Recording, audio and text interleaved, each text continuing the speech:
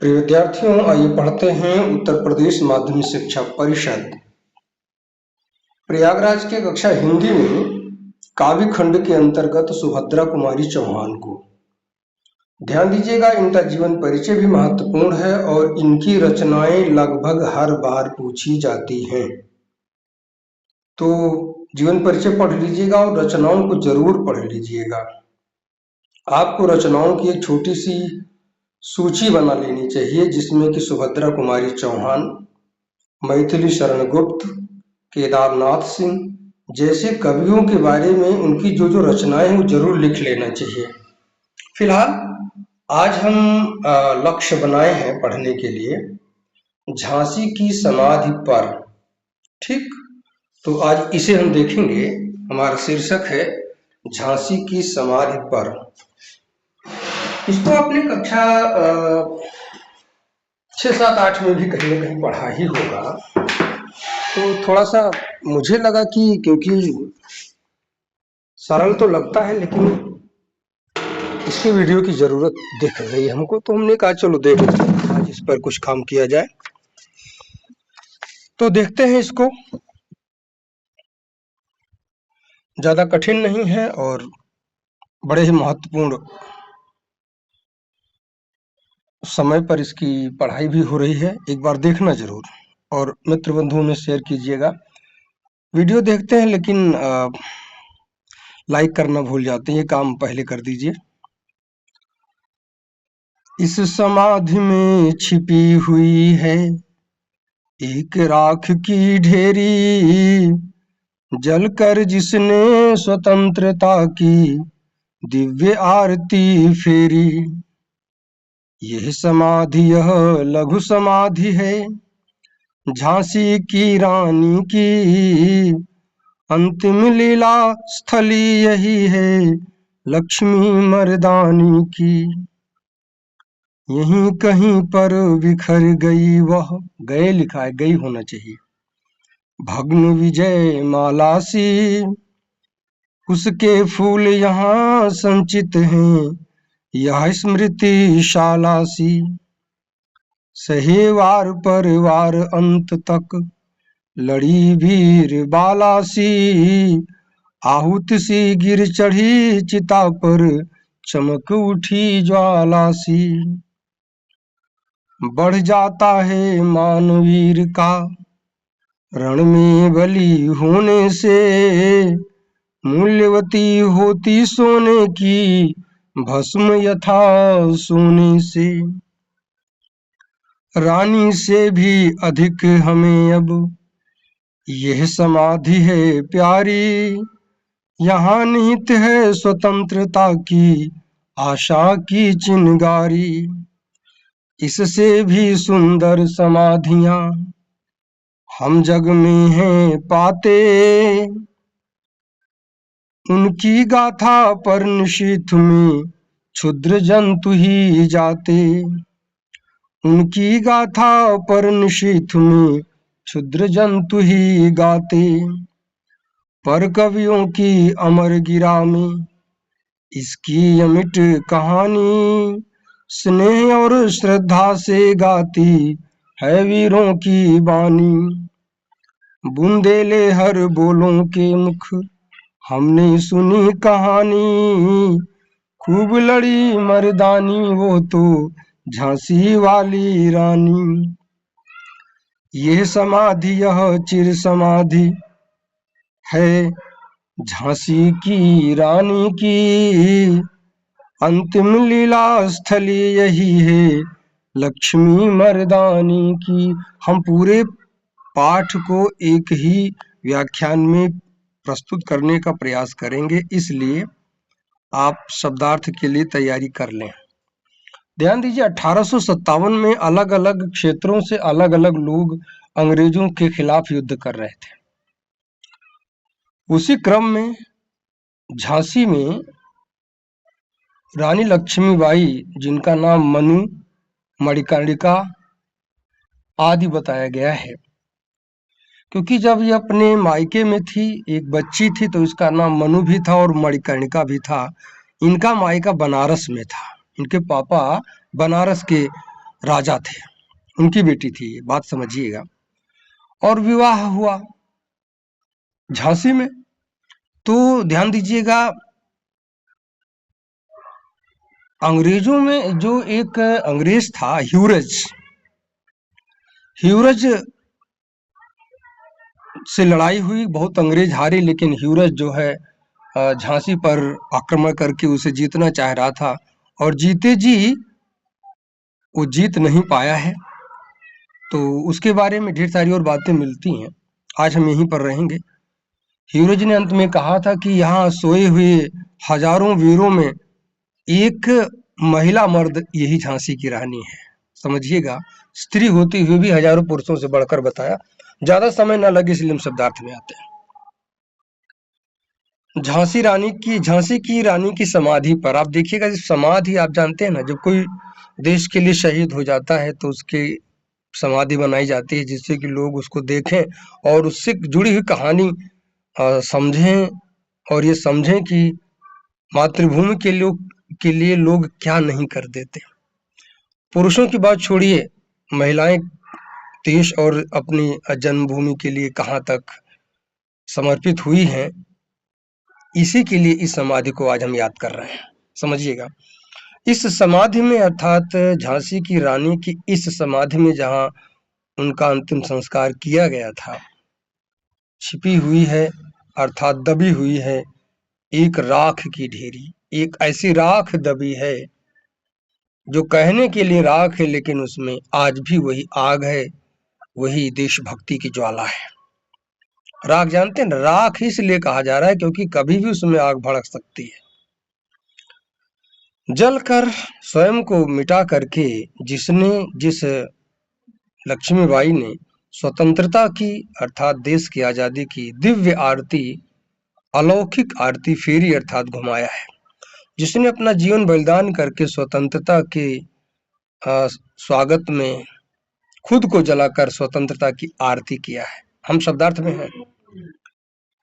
ये समाधि, ये जो लक्ष्मीबाई की समाधि है, लघु समाधि है, वो छोटी सी समाधि दिखती है। झांसी की रानी की है तो छोटी बनावट में, लेकिन उसकी महानता की कोई सीमा नहीं है। अंतिम लीला स्थली ये वही अंतिम उनके कार्य क्षेत्र का प्रमाण है, अर्थात यहीं पर लड़ते लड़ते वो शहीद हुई थी। नाम क्या है? कालपी स्थान, कालपी नामक स्थान पर। ठीक, वो लाइन हमें याद आती है कि रानी बढ़ी कालपी आई कर सो मील निरंतर पार, थक कर घोड़ा गिरा भूमि पर गया स्वर्ग तत्काल सिधार।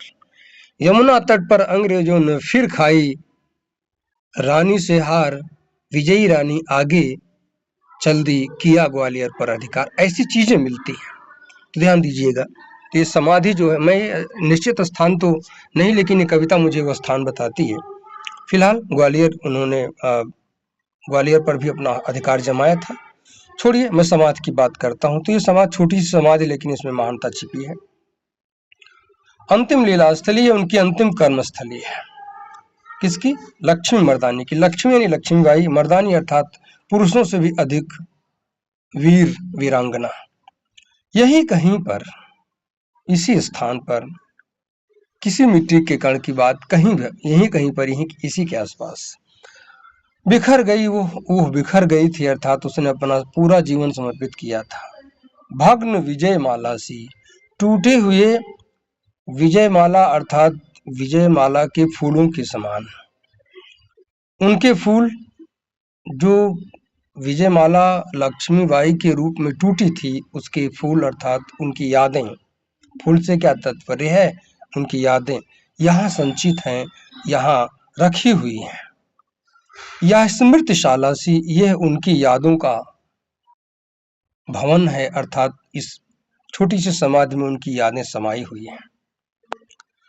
सहे वार परवार, युद्ध करते हुए अनेक प्रहार उन्होंने सहा, अर्थात कई तलवारें लगी अंत तक, युद्ध के अंतिम क्षण तक। लड़ी वीर वाला सी, वो हो वीरांगना युद्ध करती रही। वीर वाला अर्थात छत्राणी के समान थी, तो थोड़ा सा उपमा यहाँ पर कमजोर हो रहा है। वीरबाला से अर्थात एक वीर छत्राणी जैसी वो युद्ध करती रही, इसे कहा जा रहा है। तो मैं उनसे बड़ी छत्राणी तो किसी और को जानता नहीं, इसलिए मैं यहाँ पर उपमान को कमजोर समझ रहा हूँ। आगे बढ़िएगा। अब आपकी क्या राय है, कमेंट कीजिएगा। आहुतिस्सी, जैसे हवन में कोई सामग्री डाली जाती है, हवन सामग्री को आहुति कहते हैं, तो उसी हवन सामग्री के समान गिर चढ़ी अर्थात गिर करके यानी समर्पित होकर के, जैसे हवन सामग्री अग्निकुंड में, हवन कुंड में गिरती है और अपने आप को समाप्त करके दूसरे के कल्याण में अपना जीवन समाप्त कर लेती है। ऐसे ही चिता पर अर्थात लड़ते लड़ते मृत्यु को चमक उठी, चमक गई, ज्वाला सी अग्नि की लपटों में विलीन हो गई। आगे बढ़ते यहाँ उनका अंतिम संस्कार किया गया था, तो वो मरना नहीं कहेंगे, वो अमर हो गई और उस आग की लपटों में अदृश्य हो गई और सबके लिए एक संदेश छोड़ गई। आगे बढ़ते हैं। बढ़ जाता है मान सम्मान, मान सम्मान बढ़ जाता है वीर का, वीरों का रण में युद्ध क्षेत्र में बलि होने से, लड़ते लड़ते शहीद हो जाने से। मूल्यवती, मूल्यवान अर्थात ज्यादा कीमती होती है, हो जाती है सोने की, अर्थात सोना आप जानते हैं गोल्ड, वो शयन वाला सोना नहीं है, स्लीपिंग वाला नहीं, गोल्ड।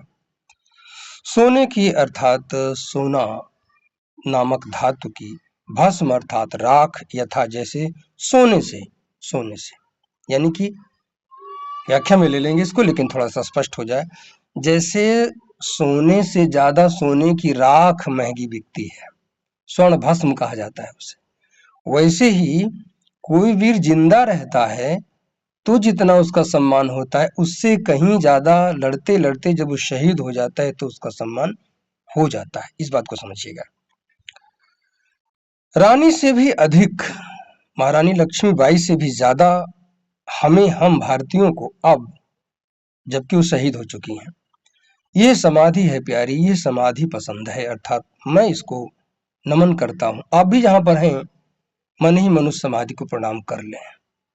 आप कविता सुन रहे हैं, देख रहे हैं, तो एक बार लक्ष्मीबाई जी के उस वीरांगना के लिए आप एक श्रद्धांजलि जरूर दें, यानी कि उनको सिर झुका लें। चलते हैं।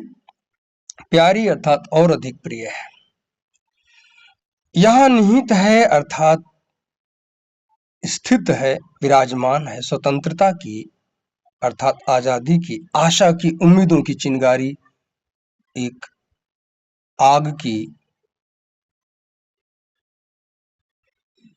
मतलब मूल भावना, अर्थात अग्नि का शुभारंभ। चिंगारी तो आप जानते ही, इससे भी सुंदर, यहाँ इस समाधि से भी ज्यादा सुंदर दिखाई पड़ने वाली समाधियां, अर्थात और लोगों की समाधियां हम जग में है पाते, हम संसार में देखते हैं, परंतु बाकी में इसमें क्या अंतर है। उनकी गाथा अर्थात उनकी कहानी निशीथ में, अर्थात रात्रि में, क्षुद्र छोटे जंतु अर्थात कीड़े, जुगनू इत्यादि ही गाते, वही गाते हैं। कई लोग मरते हैं और उनकी समाधि बनाई जाती है, लेकिन कोई उसे याद नहीं रखता, उनको कोई याद नहीं करता, क्योंकि उन्होंने ऐसा कर्म ही नहीं किया है कि आने वाली पीढ़ी उन्हें याद करे।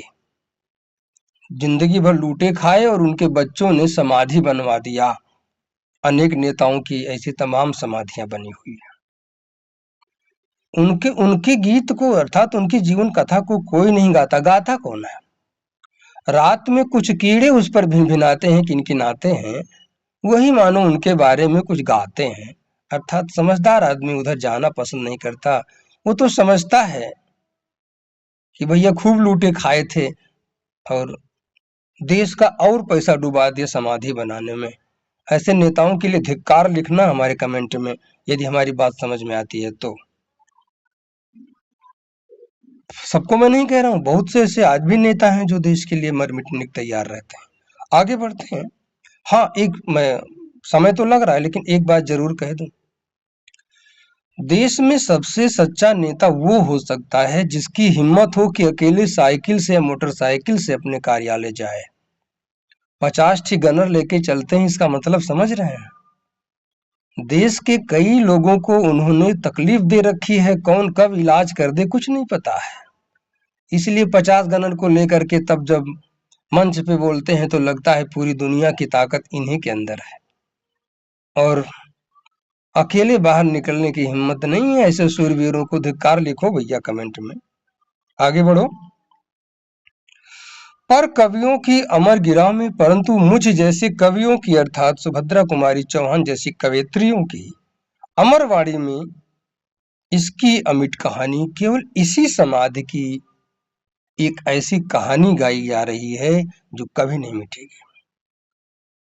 ध्यान दीजिए, हम जैसे कवि अगर किसी की प्रशंसा करते हैं, चाहे शहीद होने के बाद चाहे जीवित रहते हुए, तो हम लोग किसी के चाटुकारिता में नहीं लिखते, हम यथार्थ लिखते हैं। आगे बढ़िएगा। स्नेह और श्रद्धा से गाती अर्थात अमर वाणी जो कवियों की होती है, ऐसे लोगों के बारे में उनकी कलम चलती है। वीरों की वाणी अर्थात वीरों की बातें ही ऐसे कवि लोग गाते हैं। अभी मैं इसकी व्याख्या में चलूंगा, शब्दार्थ चल रहा है विद्यार्थियों। बुंदेले हर बोलूं, अब यहाँ पर बुंदेलखंड में रहने वाले हरबोल किसे कहते हैं? जो उस समय हर हर महादेव का नारा लगा करके वीरता के गाने गाते थे, ऐसे लोगों को अर्थात लक्ष्मीबाई जैसे वीरों की कहानियां गाने वालों को हरबोल कहा जाता था। तो बुंदेलखंड में रहने वाले हरबोल गीत गायकों के मुख से हमने सुनी कहानी, हमने कहानी सुना था जो आज हम आपको कविता के रूप में दे रहे हैं। क्या सुना था? खूब लड़ी मर्दानी, उसने खूब युद्ध किया। किससे? अंग्रेजों से। अरे भाई, खूब लड़ने का मतलब है अंग्रेजों को लोहे के चने चबवाया था। बाकी लड़ते लड़ते बहुत से लोग मरे। हाँ, एक चीज कह दूं, ब्राह्मणों को गाली दी जाती है वर्तमान समाज में विद्यार्थियों, लेकिन संग्राम की शुरुआत मंगल पांडे ने किया था। हम लोगों ने कुछ मिटाया नहीं किसी का। आगे बढ़िए। झांसी वाली रानी, इन्हीं को कहा गया। अब आगे बढ़ते हैं। यह समाधि, ये समाधि जो है ना, ये कोई साधारण समाधि नहीं, यह चिर समाधि है। ये अगर यहाँ जमीन से हट भी जाए तो लोगों के मन में बसी रहेगी, कभी मिटने वाली नहीं है, अस्थाई समाधि है। झांसी की रानी की अर्थात झांसी की रानी की अंतिम लीला स्थली यही है, ये उनकी अंतिम कर्म भूमि है। लक्ष्मी मर्दानी की इसकी व्याख्या मतलब इसका शब्दार्थ ऊपर आ चुका है। लक्ष्मीबाई पुरुषों से भी बढ़कर युद्ध करने वाली मर्दानी। त्रिधारा से संकलन हुआ इसका, त्रिधारा काव्य संग्रह। परीक्षा में पूछा जा सकता है कि रानी लक्ष्मी की समाधि पर इस कविता को कवित्री के किस ग्रंथ से लिया गया है? याद रखना, त्रिधारा। आगे बढ़ते, अब हम व्याख्या की बात करेंगे। प्रस्तुत पद्यांश में लक्ष्मीबाई की, रानी लक्ष्मीबाई की समाधि पर अपना काव्य सुमन अर्पित करते हुए कवयित्री सुभद्रा कुमारी चौहान लिखती हैं। ये कोई साधारण समाधि नहीं है। इस समाधि में एक ऐसी राख छिपी हुई है, एक ऐसी वीरांगना के अस्थियों की राख छिपी हुई है जिसने स्वतंत्रता के स्वागत में स्वयं को जला करके स्वतंत्रता की आरती किया था, अर्थात जिसने स्वतंत्रता को कायम रखने के लिए खुद को जला करके राख बना दिया, ये उस वीरांगना की समाधि है। ध्यान दीजिए, राख की ढेरी क्यों कहा गया है? क्योंकि यह राख तो है लेकिन इसमें आज भी वही आग सुलगती है। आने वाली पीढ़ियों को हमेशा ये देशभक्ति पर मर मिटने के लिए उनके हृदय में स्वाभिमान की चिंगारी जलाने का काम करेगी, इसलिए यह राख कीमती है। ध्यान दीजिए, यह समाधि देखने में छोटी सी समाधि है। झांसी की रानी की यह समाधि देखने में तो छोटी सी समाधि है, लेकिन छोटी नहीं है।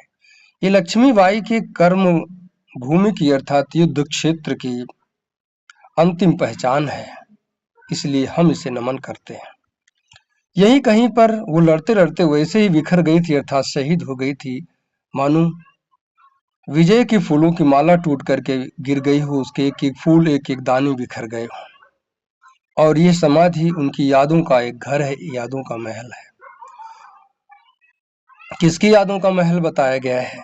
लक्ष्मीबाई की। या लक्ष्मीबाई की यादों का महल किसे बताया गया है? तो उनकी समाधि को बताया गया है, ये आपसे पूछा जा सकता है। युद्ध करते समय उन्होंने कई अंग्रेजों के अंग्रेज सिपाहियों की तलवार के वार सहे, अनेक अंग्रेजों से युद्ध किया, सिपाहियों से युद्ध किया और एक वीर छत्राणी के समान लड़ती रही। और जैसे दूसरे के कल्याण के लिए हवन सामग्री हवन कुंड में गिर करके अपने आप को समाप्त कर लेती है, वैसे ही आने वाले लोगों को अंग्रेजों से छुटकारा मिल जाए, इसलिए वे भी इस स्वतंत्रता रूपी हवन कुंड में अपने आप को समर्पित कर दी। अर्थात उन्होंने खुद को स्वतंत्रता रूपी हवन कुंड में बलिदान कर दिया, स्वाहा कर दिया। आगे बढ़ते हैं। यहाँ पर रूपक अलंकार, उत्प्रेक्षा अलंकार। अभी मैं अलंकारों की पड़ताल बाद में करूंगा। देखिए, युद्ध क्षेत्र में लड़ते लड़ते किसी वीर का जो स्वाभिमान होता है, अगर लड़ते लड़ते शहीद हो जाता है तो उसका स्वाभिमान और बढ़ जाता है, समाज उसका सम्मान और करने लगता है। यही वजह है कि आज लक्ष्मीबाई का सम्मान हम लोग पहले से भी ज्यादा कर रहे हैं। शायद वो जीवित रहती तो उतना सम्मान उन्हें न मिलता। जैसे सोने से ज्यादा, अर्थात सोने की कीमत से ज्यादा सोने की भस्म की कीमत होती है, अर्थात उसकी राख ज्यादा कीमती होती है, जिसका औषधीय महत्व होता है। जिस प्रकार से स्वर्ण से ज्यादा स्वर्ण भस्म कीमती होती है, वैसे ही युद्ध क्षेत्र में लड़ते लड़ते मर जाने वाले व्यक्ति की प्रसिद्धि, अर्थात उसका सम्मान, उसके जीवित रहने से कहीं ज्यादा बढ़ जाता है। इसीलिए आज हम इस समाधि को देख करके एक बार फिर उन्हें श्रद्धा सुमन, काव्य सुमन अर्पित कर रहे हैं। आगे बढ़ते हैं। आज ये समाधि हमें महारानी लक्ष्मीबाई से कहीं ज्यादा प्यारी है। क्यों भाई? वो इसलिए क्योंकि इस समाधि में अपनी स्वतंत्रता की एक चिंगारी छिपी हुई है। इससे हमारे मन में एक आशा है कि हम स्वतंत्रता प्राप्ति के लिए कहाँ तक गए हैं और आगे हम स्वतंत्र बने रहें। क्योंकि इस समाधि में स्वतंत्रता की आशा की चिंगारी छिपी हुई है, इसलिए ये समाधि हमें अधिक प्यारी है। परीक्षा में पूछ लेगा लक्ष्मीबाई से अधिक उनकी समाधि को प्यारा क्यों कहा गया है, तो आपको बताना होगा क्योंकि इसमें स्वतंत्रता की आशा की चिंगारी छिपी हुई है, इसलिए समाधि हमें रानी लक्ष्मीबाई से भी कहीं पढ़कर अधिक प्यारी है। आगे बढ़ते हैं। संसार में कई लोगों की समाधियां बनती हैं और हम उन्हें पा सकते हैं। कई लोगों की समाधि बनी है और उन्हें हम देखते हैं, पा सकते हैं, लेकिन उनकी वीरता की कहानी हम जैसे कभी नहीं गाते। उनकी गाथा तो रात में कुछ कीड़े उस पर मनमनाते हैं, भिनभिनाते हैं, ची ची करते हैं, किरकिराते हैं। वही मानो उनको याद करते हैं, क्योंकि उन्होंने कर्म ही किया है कि उन्हें कीड़े ही याद करें। एक स्वाभिमानी देशभक्त तो नहीं याद करेगा। मैंने शब्दार्थ में बात कर ली है, इसलिए मैं उसको छोड़ देता हूँ। वास्तव में जो श्रेष्ठ कवि होंगे, कवियों में भी चाटुकार होते हैं, लेकिन जो वास्तविक कवि होता है वह ऐसे लोगों की बातों को कविता में नहीं गाता है, वो ऐसे सूरवीरों की अमर कहानी को गाता है और श्रद्धा के साथ गाता है, जो उनकी वाणी को शोभा देता है। अच्छे कवियों को वास्तविक देशभक्त की गीत लिखने और गाने में उनकी वाणी को सम्मान मिलता है। ध्यान दीजिएगा, कवियों की वाणी ऐसे ही लोगों की अमर कहानी गाती है और उन्हें प्रेम और श्रद्धा के साथ वीर मानती है और उनका सम्मान करती है, लेकिन गद्दारों के लिए नहीं। आगे बढ़ते हैं। बुंदेलखंड में रहने वाले लक्ष्मीबाई से संबंधित वीरता के गीत गाने वाले लोगों के मुंह से हमने कहानी सुना था, अर्थात हरबोलों के मुंह से हमने कहानी सुना था कि लक्ष्मीबाई एक ऐसी छत्राणी थी जो अंग्रेजों से अंतिम क्षण तक युद्ध करती रही। उसने उन्हें लोहे के चने चबवा दिए। वास्तव में ये समाधि बहुत महत्वपूर्ण समाधि है, कभी न मिटने वाली समाधि है। जमीन से हट सकती है लेकिन दिल से नहीं जाएगी। यह क्योंकि यह रानी लक्ष्मीबाई की अंतिम कर्मस्थली, अर्थात उनकी युद्ध क्षेत्र में लड़ते लड़ते मर जाने का एहसास कराती है।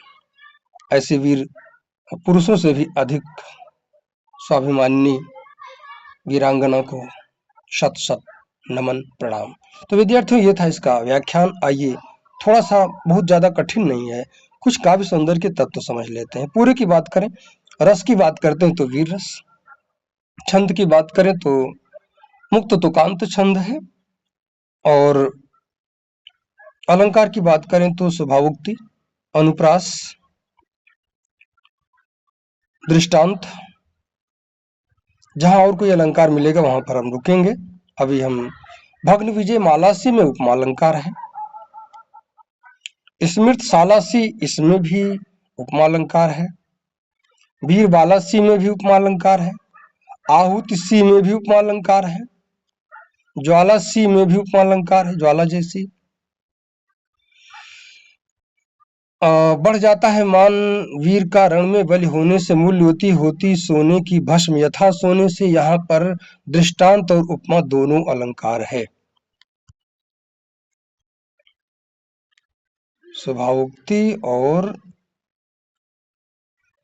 भाई कुछ लोग अतिशयोक्ति कह सकते हैं, लेकिन मैं नहीं कहूंगा। मैं अलंकार नहीं देखता, मैं यथार्थ देख रहा हूं। बाकी कोई कहे, मैं नहीं कहूंगा, अतिशयोक्ति नहीं लगता हमको। हर बोल का क्या अर्थ है पूछ लेगा परीक्षा में, ध्यान दीजिएगा, कमाल की चीज है यहाँ पे।